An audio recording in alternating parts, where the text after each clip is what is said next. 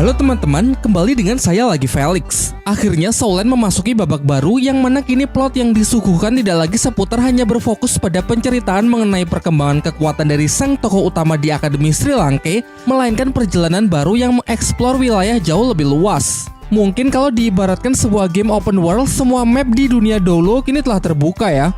Tentunya dengan mengangkat isu dan konflik yang jauh lebih kompleks seperti suatu problematika yang dipandang dari berbagai perspektif karakter berbeda, perpecahan dalam sekte, hingga ke masalah perebutan kekuasaan di dataran Doluo.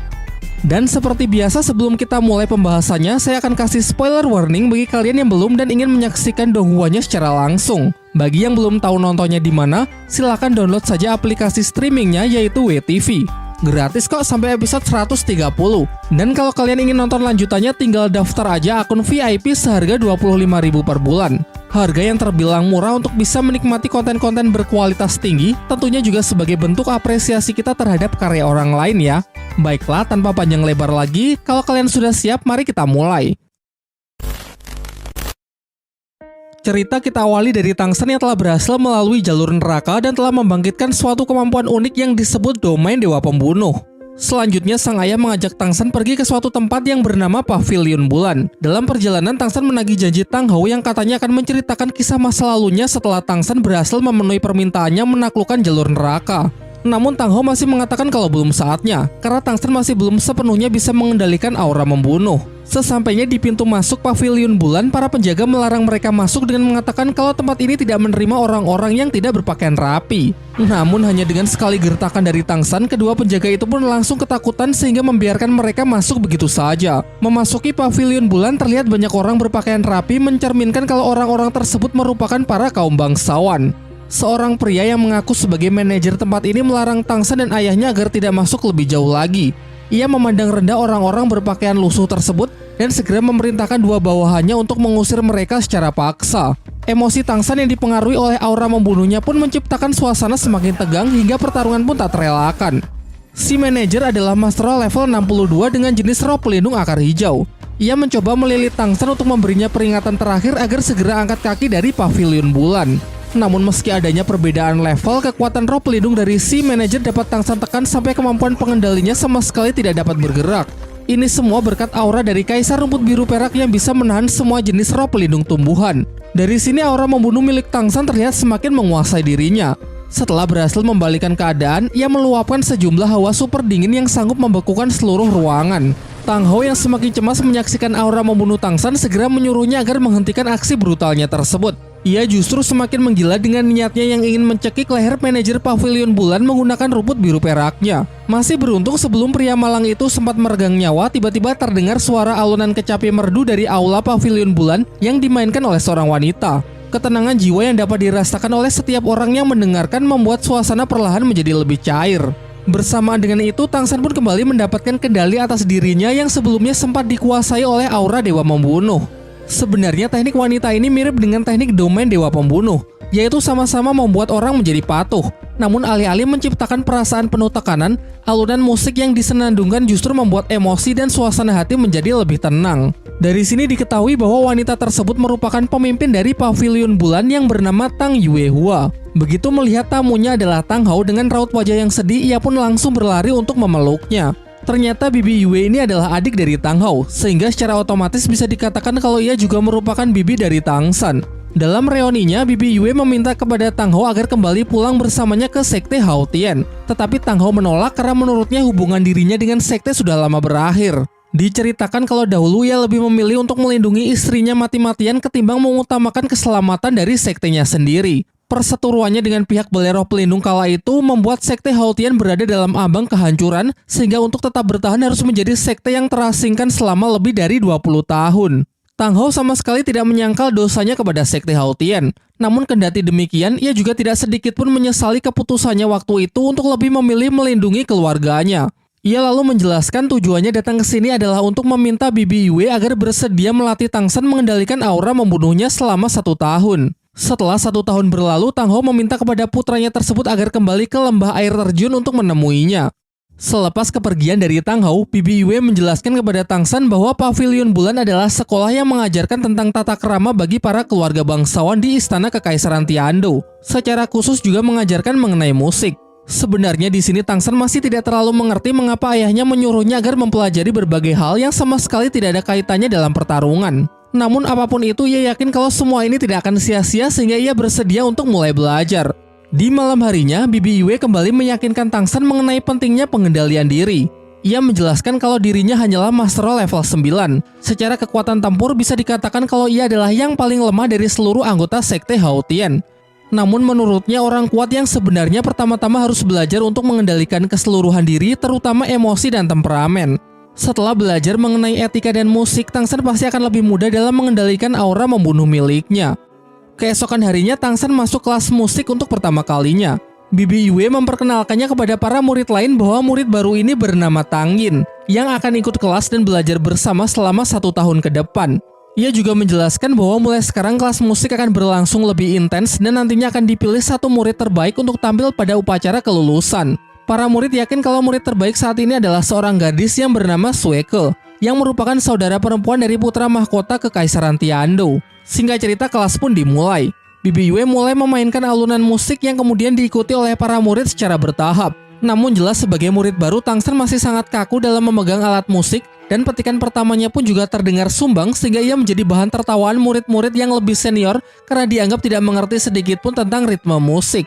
Semua tawa celaan itu dianggap serius oleh Tang San, membuat aura membunuhnya keluar secara tidak terkendali.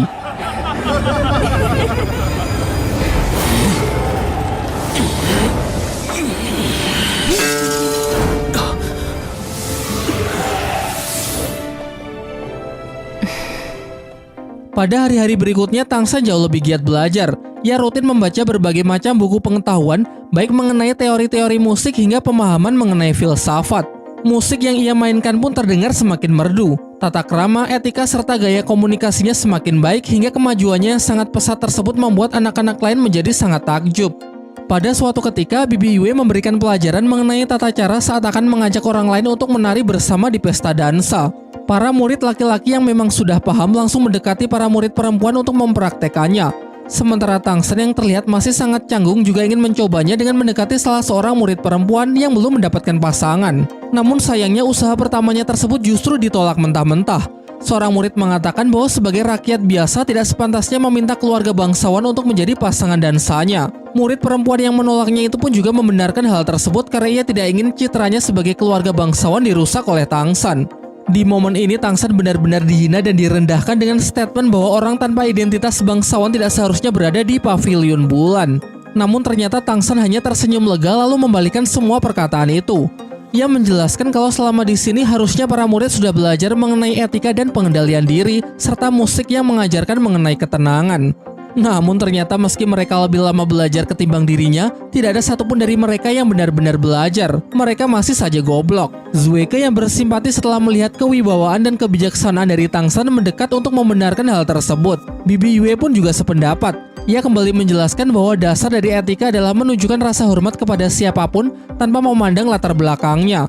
Pada malam harinya terlihat Zueke menatap keluar jendela untuk melihat pesona Tang San yang sedang bermain kecapi. Hal ini menandakan kalau diam-diam ia telah jatuh hati kepada pemuda yang ia kenal dengan nama Tang Yin tersebut. Ia kemudian menuliskan surat kepada kakaknya agar menghadiri upacara kelulusan dari Pavilion Bulan sekaligus juga untuk menemui Tang Yin. Singkat cerita, tibalah hari di mana upacara kelulusan para murid Pavilion Bulan dimulai. Acara meriah yang dihadiri banyak orang-orang penting seperti keluarga bangsawan Kekaisaran Tiando, termasuk sang putra mahkota. Murid terpilih yang harusnya tampil pada hari ini adalah Zueke, putri bangsawan Kekaisaran Tiando. Namun seperti yang sudah dapat kita tebak, posisi itu kini digantikan oleh Tang San, mengingat Tang San merupakan murid paling menonjol. Kurun waktu 3 tahun yang harusnya ditempuh oleh para murid lain dapat Tang San selesaikan hanya dalam waktu 1 tahun saja. Permainan kecapinya benar-benar memukau semua para tamu yang hadir di sana.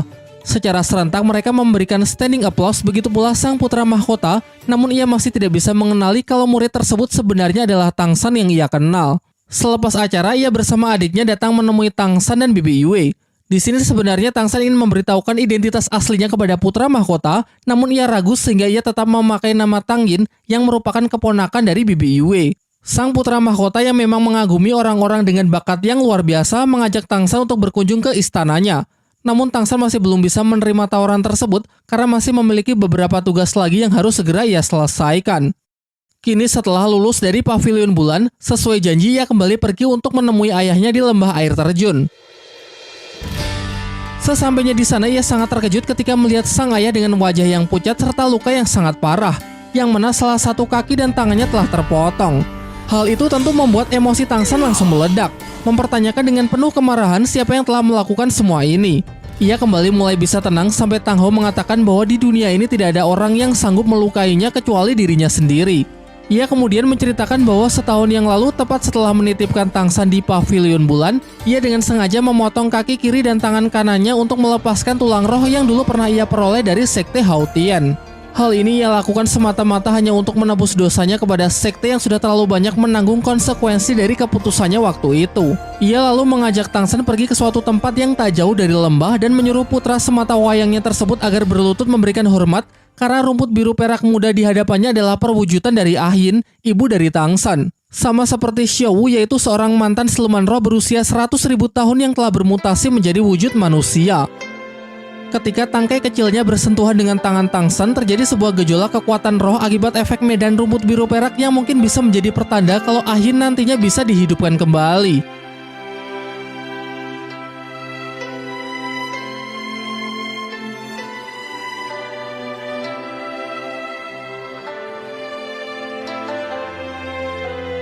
Kemudian kita mulai diceritakan mengenai masa lalu dari Tang Hou dan pertemuan pertamanya dengan Ah Yin. Tang Hou kecil memiliki seorang kakak yang bernama Tang Xiao. Keduanya terlahir dengan bakat yang begitu luar biasa dan sering dijuluki sebagai bintang kembar Hao Tian.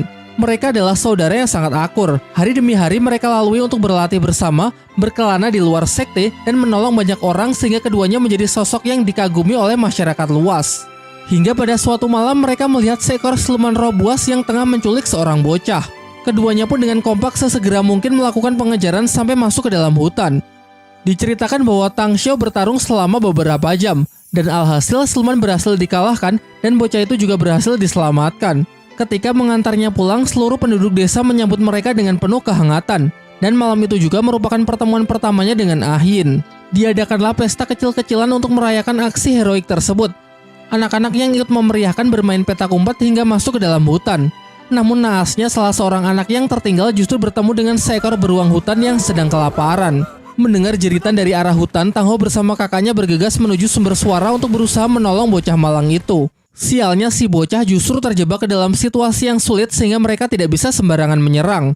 Akan tetapi di tengah kepanikan itu tiba-tiba muncullah aura hangat dan menenangkan yang keluar dari tubuh seorang gadis dengan kemampuan medan rumput biru perak. Efeknya dapat membuat si beruang menjadi lebih jinak dan bersedia mengurungkan niatnya untuk memangsa bocah tersebut. Si gadis kemudian memperkenalkan dirinya kalau ia bernama Ah Yin, dan seketika itu juga Tang Hou pun langsung jatuh hati pada pandangan pertama. Singkat cerita, setelah kejadian itu ketiganya pun menjalin pertemanan, dan seiring berjalannya waktu terjadilah hubungan cinta segitiga. Namun karena Ah Yin telah jatuh hati terlebih dahulu kepada Tang Hou, sehingga sang kakak dengan berat hati mengalah dan memutuskan untuk kembali ke sekte. Pada malam itu juga Ah Yin mengaku kalau sebenarnya dirinya bukan manusia asli, melainkan siluman roh ratu rumput biru perak yang bermutasi. Tetapi fakta itu tak lantas membuat Tang Hou mundur. Tanpa memperdulikan perbedaan apapun, cintanya kepada Ah Yin tidak akan pernah berubah. Kisahnya kemudian terus berlanjut hingga mereka menikah dan hidup bahagia. Pada awalnya Tang Hou berpikir kalau kisahnya ini akan happy ending. Namun tanpa ia duga ternyata pihak Belero Pelindung mengetahui identitas Ah Yin, dan dari sinilah kisah tragis mereka dimulai. Di malam saat ia berniat kembali ke Sekte Hao Tian, pihak Belero Pelindung yang ternyata diam-diam sudah menyelidiki identitas dari Ah Yin mengejarnya di tengah perjalanan. Meski ia dan Ah Yin berhasil lolos, pihak Belero Pelindung justru mendatangi Sekte Hao Tian. Ayah Tang Hou yang memang sedang sakit keras akhirnya meninggal setelah mendengar kabar buruk tersebut, sehingga kakaknya menjadi penerus dari kepemimpinan sekte. Ia terjebak dalam situasi sulit karena mendapatkan banyak tekanan dari berbagai pihak. Di tempat lain, Tang Hou dan Ah Yin telah dikaruniai seorang anak laki-laki dari buah cinta mereka berdua. Tepat di malam yang sama, pihak Belero Pelindung pun mengerahkan seluruh kekuatan tempurnya, termasuk sang pemimpin suci pun sampai turun tangan untuk merebut Ah Yin, menciptakan pertempuran yang begitu dahsyat karena Tang Hou yang bersikeras untuk tetap melindunginya. Ia terdesak akibat gempuran dari pasukan serta para Master Roh Dauluo Belero Pelindung. Hingga pada puncaknya Ah Yin mengorbankan dirinya dan memberikan seluruh kekuatannya kepada Tang Hao. Pada waktu itu Tang Hao adalah Mas Roh pertama yang menyerap cincin roh merah berusia 100.000 tahun.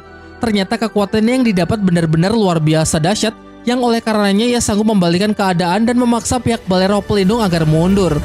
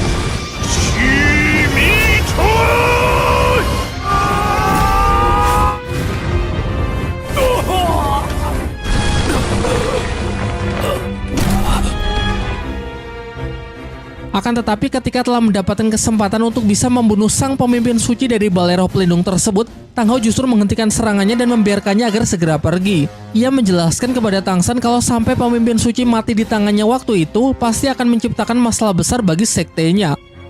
Pasca pertarungan itu, ia menanam sisa benih Ah Yin di tempat ini dan memutuskan untuk hidup bersembunyi di sebuah desa kecil. Namun tak lama setelah itu, pemimpin suci meninggal sehingga pada akhirnya pihak Balai Roh Pelindung pun tetap menuntut sekte Haotian sebagai pihak yang harus bertanggung jawab. Akibat itu ia juga diusir dari sekte dan untuk tetap bisa bertahan, sekte Haotian pun mengasingkan diri untuk menghilangkan keberadaannya dari dunia Douluo. Setelah mendengar cerita tersebut, Tang San mengatakan kalau mungkin ia memiliki sebuah cara untuk menyembuhkan ayahnya. Namun Tang Hao menolak karena menurutnya inilah hutangnya kepada sekte Haotian yang memang harus ia bayar.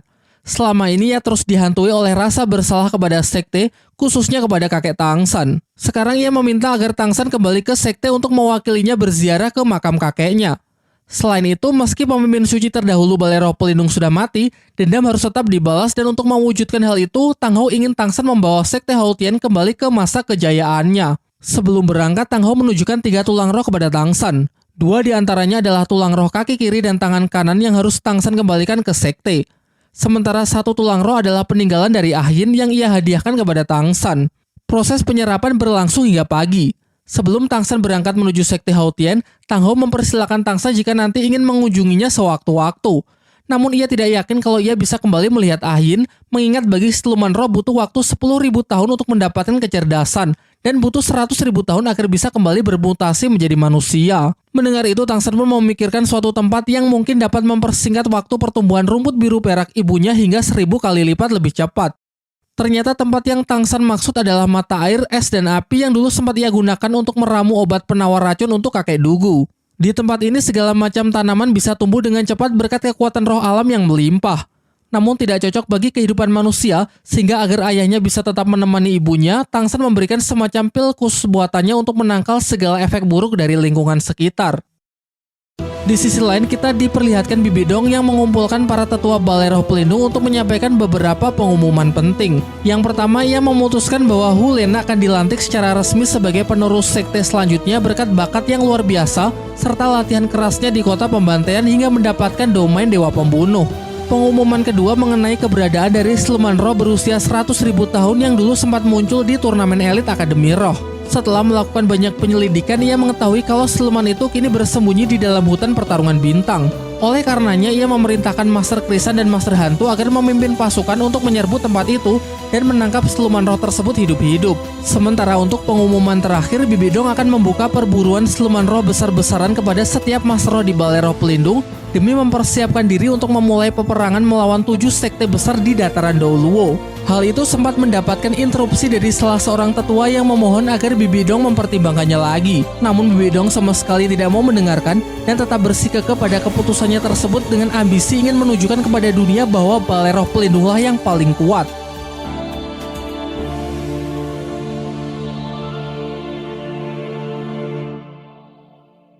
Sementara itu di hutan pertarungan bintang, kita diperlihatkan dua siluman roh yaitu Erming si Kera Titan dan Daming si Banteng Sanca Ungu bersama Xiao yang sudah tumbuh lebih dewasa. Selama 5 tahun ini tidak sedetik pun ia berhenti memikirkan Tangshan dan terus menunggu waktu yang tepat untuk bisa bertemu kembali. Setelah berpamitan dengan ayah dan ibunya, Tangshan berangkat menuju lokasi Sekte Haotian berdasarkan map pemberian dari ayahnya. Map itu membawanya sampai ke sebuah desa kecil yang nampak kosong tidak berpenghuni.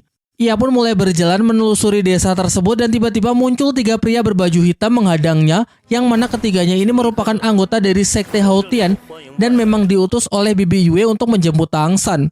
Pertarungan sempat hampir pecah sampai Tangshan menunjukkan kekuatan roh pelindung palu Haotian miliknya dan memperkenalkan diri sehingga mereka pun mempercayainya. Diajaklah Tangshan menuju tempat persembunyian dari Sekte Haotian yang sesungguhnya. Berlokasi di pegunungan bersalju, untuk menjangkaunya sama sekali tidak mudah karena suhu udara yang super dingin dan oksigen yang sangat tipis. Terdapat jembatan rantai yang menghubungkan puncak antar pegunungan. Jalur yang sangatlah sulit ini merupakan salah satu bentuk pertahanan dari sekte yang pasti akan sangat sulit untuk bisa diakses oleh orang luar. Pemandangan ini sekilas mengingatkan Tangshan mengenai sekte Tang di kehidupannya dulu yang nampak memiliki struktur bangunan serupa. Mereka pun mulai berlari menyusuri jembatan rantai. Semakin jauh berlari, suhu sekitar juga semakin menurun. Menurut Tangshan, mustahil ada Master Roh di bawah level 40 yang sanggup melewatinya. Sebelum mereka dapat mencapai sekte, terjadi sebuah insiden yang mana mereka tiba-tiba diserang oleh seekor burung raksasa.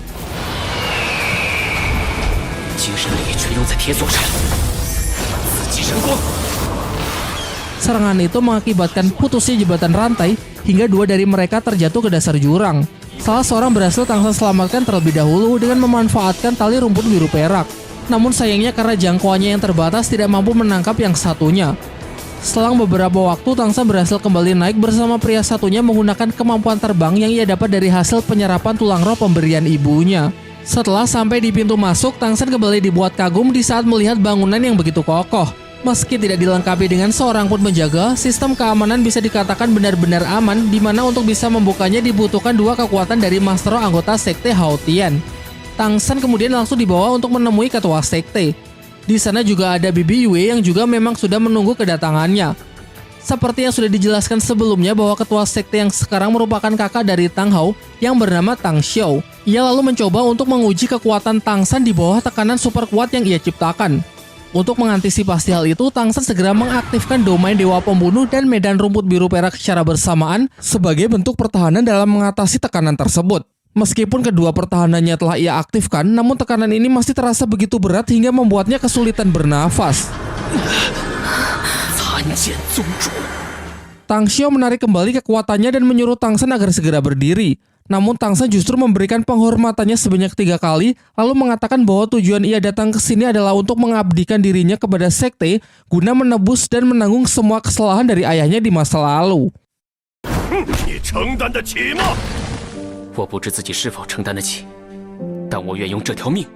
Suasana semakin haru ketika Tangshan menyerahkan 2 tulang roh yang dilepas secara paksa oleh sang ayah untuk menunjukkan bentuk ketulusannya kepada sekte. Diperlihatkan di balik sifat kerasnya, sebenarnya Tang Xiao juga masih mencemaskan adiknya tersebut. Ia bahkan mengatakan kalau semua masalah yang terjadi bukan sepenuhnya kesalahan dari Tang Hao. Karena jika waktu itu ia berada di posisinya, mungkin ia juga akan melakukan hal yang sama untuk melindungi Ah Yin. Pembicaraan pun ditutup dengan Tang Xiao yang meminta agar Bibi Yue mengurus upacara penerimaan Tangshan besok.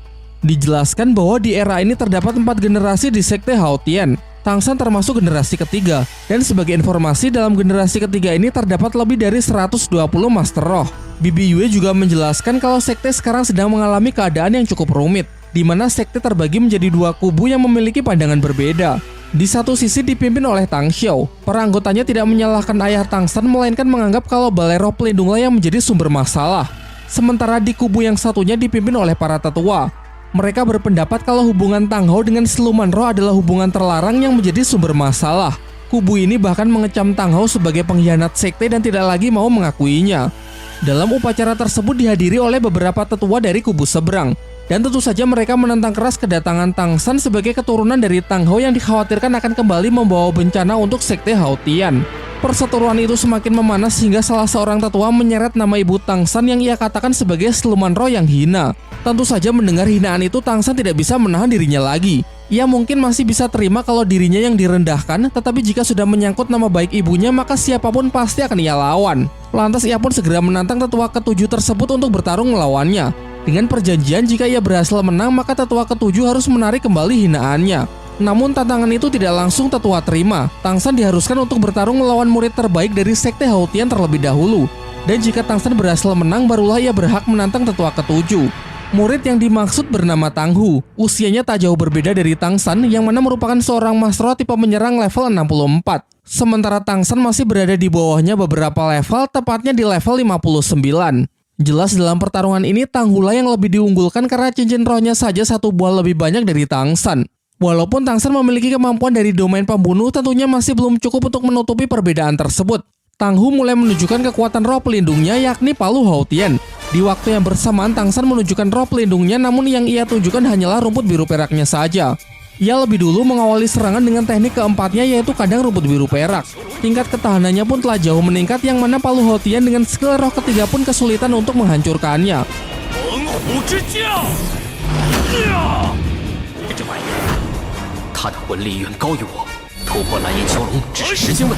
Tang San lalu memanfaatkan waktu yang ia sita untuk mempersiapkan skill kelimanya. Nampaknya teknik ini memerlukan beberapa menit untuk mengumpulkan kekuatan roh sampai bisa dirilis. Tang Hu yang merasakan tekanan yang begitu kuat dari skill yang dirapalkan oleh Tang San berniat mematahkannya sebelum persiapan selesai.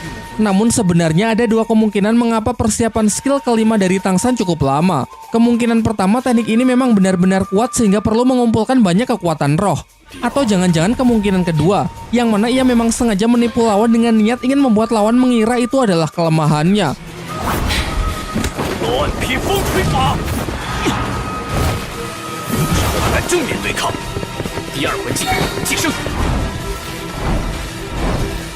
Dan benar saja, karena pengalihan isu tersebut memanglah rencana dari Tang San. Musuh yang hanya berfokus untuk menyibukkan Tang San agar tidak mengeluarkan skill kelima sampai-sampai tidak menyadari kalau pertahanan dari dirinya sendiri sudah ditembus.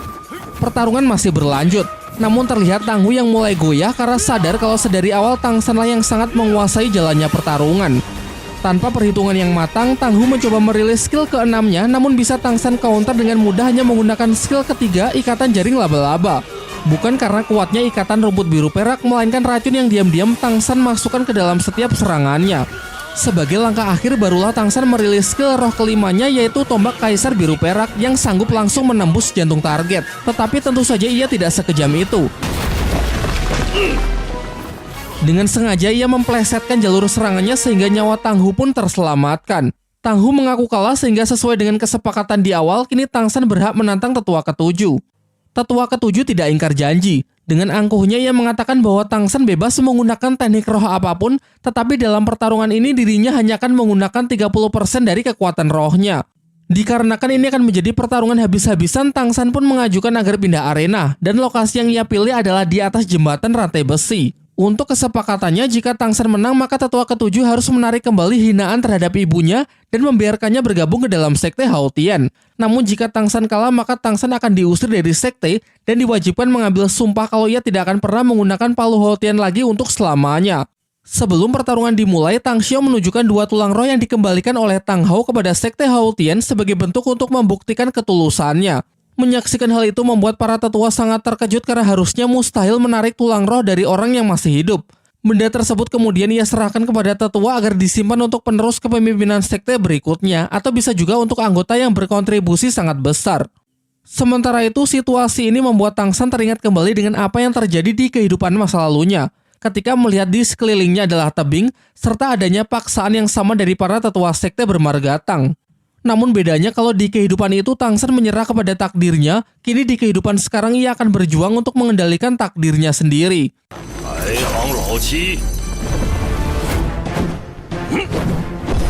Pertarungan pun dimulai, dengan aturan barang siapa yang meninggalkan tengah dua gunung maka akan langsung dinyatakan kalah. Diperlihatkan raut wajah Tang Shen yang sangat terkejut ketika menyaksikan kalau tetua ketujuh ini ternyata merupakan seorang Master Roh bergelar Douluo.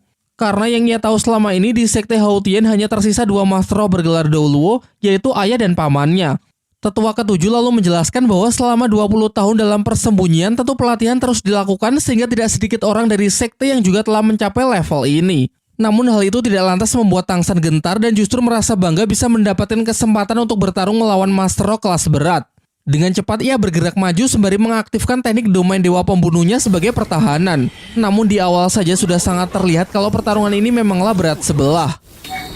Tetua ketujuh mengkombinasikan roh pelindung palu Hao Tian-nya dengan kekuatan berelemen api.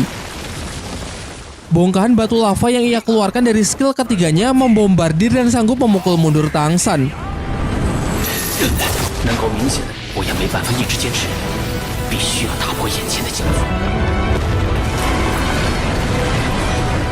Tang Shen yang masih bisa bertahan menggunakan palu Hao Tian-nya mencoba maju menerobos pertahanan tetua ketujuh mengandalkan teknik langkah hantu.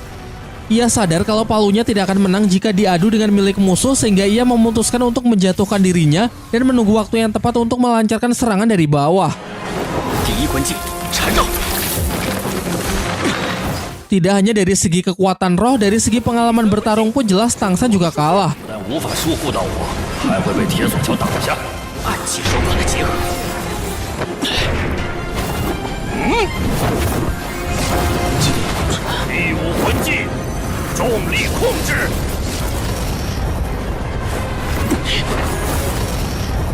Serangan mematikan tetua ketujuh menggunakan teknik palu kembar, yaitu menggandakan palunya menjadi dua dan masing-masing ia kendalikan dari arah yang berlawanan untuk mengunci dan menghimpit target dengan kecepatan tinggi.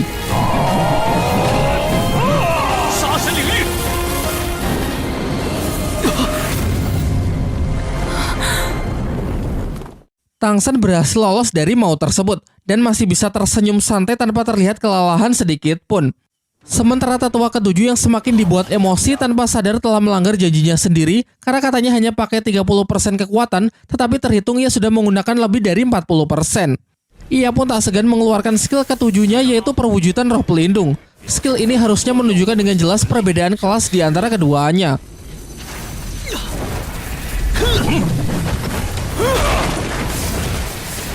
Bentrokan dari masing-masing palu Hao Tian itu menghancurkan jembatan rantai besi. Begitu tetua ketujuh lengah, Tang Shen sesegera mungkin melepaskan serangan kejutan dari teknik rahasianya, yakni laser mata iblis ungu. Tetapi masih dapat ditahan meski tetua ketujuh harus mengeluarkan kekuatan penuhnya. Selanjutnya gabungan dari palu Hao Tian kembar ia satukan tepat untuk membidik Tang Shen di udara. Sementara Tang Shen menghadapi hal itu dengan skill kelima tombak kaisar biru perak, meski tidak bisa sepenuhnya menahan dan hanya bisa sedikit menggeser lintasannya saja. Terlihat mereka seolah sedang bertukar serangan. Tombaknya tersebut langsung menargetkan tetua ketujuh yang pertahanannya kini tengah terbuka lebar. Oleh karenanya tombak kaisar biru perak pun hancur berkeping-keping, namun pecahannya menghasilkan medan rumput biru perak yang sanggup mengunci pergerakan dari tetua ketujuh. Tang Shen berhasil naik terlebih dahulu dan segera melakukan kultivasi untuk memulihkan dirinya. Kemudian disusul oleh tetua ketujuh yang nampaknya masih ingin melanjutkan pertempuran. Namun tetua kedua mengatakan kalau Tang Shen telah menang, karena tetua ketujuh telah melanggar aturannya sendiri yang mana tidak memperbolehkannya menggunakan kekuatan lebih dari 30%. Sehingga sesuai kesepakatan, tetua kedua pun memerintahkan Bibi Yue agar segera mengatur upacara penerimaan Tang Shen masuk ke dalam sekte. Dengan bergabungnya Tang Shen, Tang Xiao mengusulkan agar sekte Hao Tian kembali menunjukkan eksistensinya kepada dunia setelah menghilang selama lebih dari 2 dekade. Namun tetua kedua masih belum setuju dengan usulan tersebut, mengingat akan jauh lebih baik jika pelatihan dan pendidikan Tang Shen sebagai penerus kepemimpinan sekte disembunyikan ketimbang menunjukkan diri kepada dunia yang justru akan memicu banyak musuh berdatangan. Setelah Tang Shen bangun, tetua ketujuh mengakui kekalahannya dan sesuai janji ia bersedia menarik penghinaannya terhadap ibu Tang Shen serta tidak akan menghalangi Tang Shen jika ingin bergabung dengan sekte.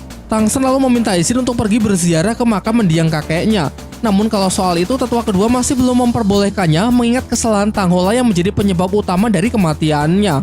Dikarenakan Tang Shen telah menyatakan kalau ia bersedia menanggung semua kesalahan dari ayahnya, tetua kedua memberinya 3 syarat. Dan jika Tangsen mampu memenuhi ketiganya, maka ia tidak hanya berkesempatan menjadi penerus Sekte Haotian, tetapi Tang Hao juga akan diizinkan untuk kembali bergabung dengan sekte. Tentu saja Tangsen sangat gembira mendengarnya. Tanpa berpikir dua kali, ia langsung menyepakati 3 syarat yang tetua berikan.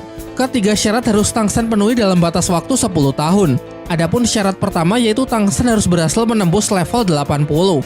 Syarat kedua, Tangsen harus bisa mengalahkan pemimpin suci dari Balai Roh Pelindung. Dan syarat terakhir, Tangsen harus menyerap kekuatan dari siluman roh berusia 100.000 tahun untuk cincin roh ke-8-nya. Tangsen pun menyepakati 3 syarat tersebut dan berjanji bahwa kelak ia akan membawa Sekte Haotian kembali pada masa kejayaannya.